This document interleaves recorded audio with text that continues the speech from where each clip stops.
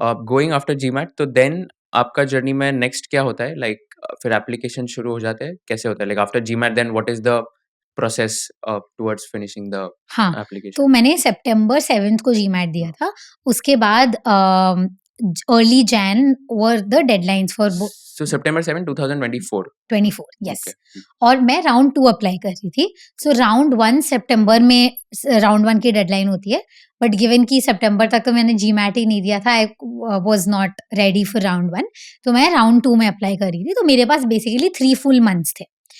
अब एप्लीकेशन में one decision that I had to take is कि सेल्फ अप्लाई करूँ या कोई कंसल्टेंट के थ्रू अप्लाई करूँ। इसमें अगेन काफ़ी सारे व्यूज़ थे, but I think what tends to happen is आपको पता है कि आप लाइफ में एक बार अप्लाई कर रहे हो। Consultants have gone through this process multiple time, so a few things like I think मेरे को थोड़ा अकाउंटेबिलिटी वाइज हेल्प करने में भी, एंड थोड़े जो मेरे सिंपल डाउट्स है कि I don't go very astray from what is normally expected, because मेरे लिए ये फर्स्ट टाइम है। तो I decided to kind of take that route कि let me work with a consultant, कि if I am doing it अच्छे से कर लेते हैं, like let me not regret it. That being said, I know कि काफी लोग सेल्फ अप्लाई भी करते हैं, तो ऐसा नहीं है कि पॉसिबल नहीं है सेल्फ अप्लाई करना। आई विल ट्राई अपने एक्सपीरियंस के थ्रू, अगर कोई सेल्फ अप्लाई कर रहा है and they can learn through me, then I'd love that. But हाँ, तो 3 months का फुल प्रोसेस था फ्रॉम, सो सितंबर में I started talking to a few consultants generally कि किसके साथ काम करना है। Started working with one person अक्टूबर नवंबर दिसंबर, 3 months I think. I wouldn't से पूरा time, but given maybe I think 2 hours per day is sufficient, not more than that. And then में जैसे जैसे deadline gets closer, maybe you are spending more time.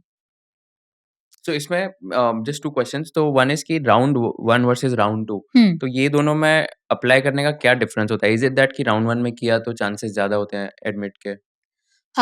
जितना मैंने सुना है ऐसा कुछ नहीं है।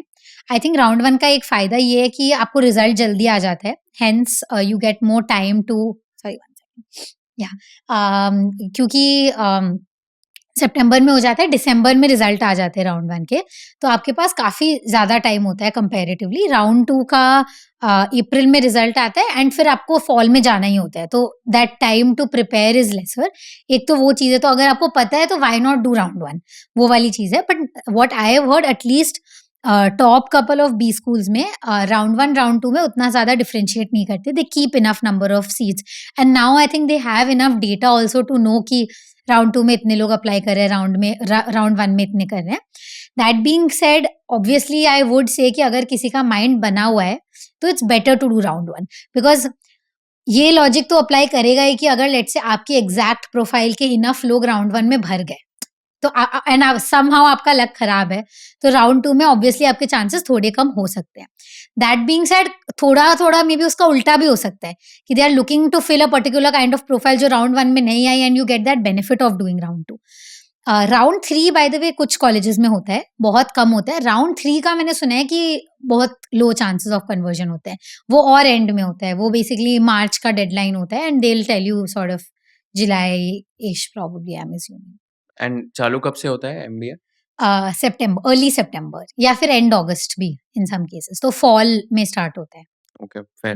And इसमें second question which I had was कि when you said that you decided on a consultant after talking to a lot of them. So इसमें if someone who is watching this उनको decide करना है तो can you name some top 4-5 consultants जो industry में है, and then आपने कैसे decision लिया कि कौन से consultant को choose करना है? So I worked with 7 Hats.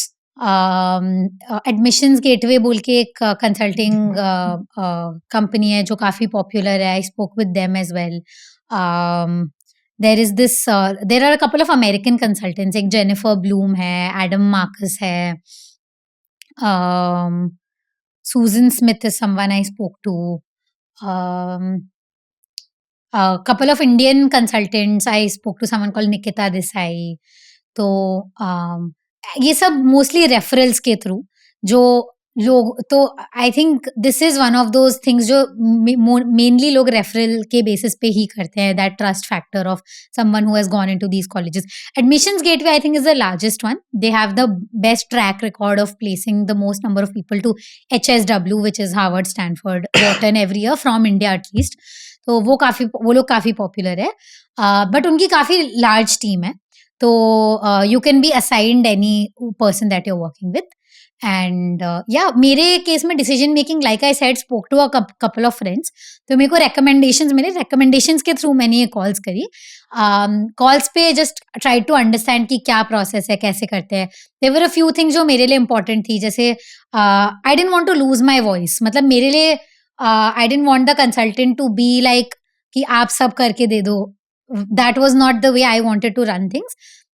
I am someone who has an opinion, who has a voice. I want someone to validate it, but I want कि I am the like मैं जा रही हूँ ऐसे में, like I am the person who's going, right? Like with a lot of people, it is like कि consultants are pricey. Okay, they are. I don't want to use the word overpriced, but it wouldn't be a very. I mean, it's pretty pricey, so it is a big decision to take. तो काफी लोगों का ये scene होता है कि आप ये रही मेरी प्रोफाइल, आप लिख के दे दो। That's not how it works.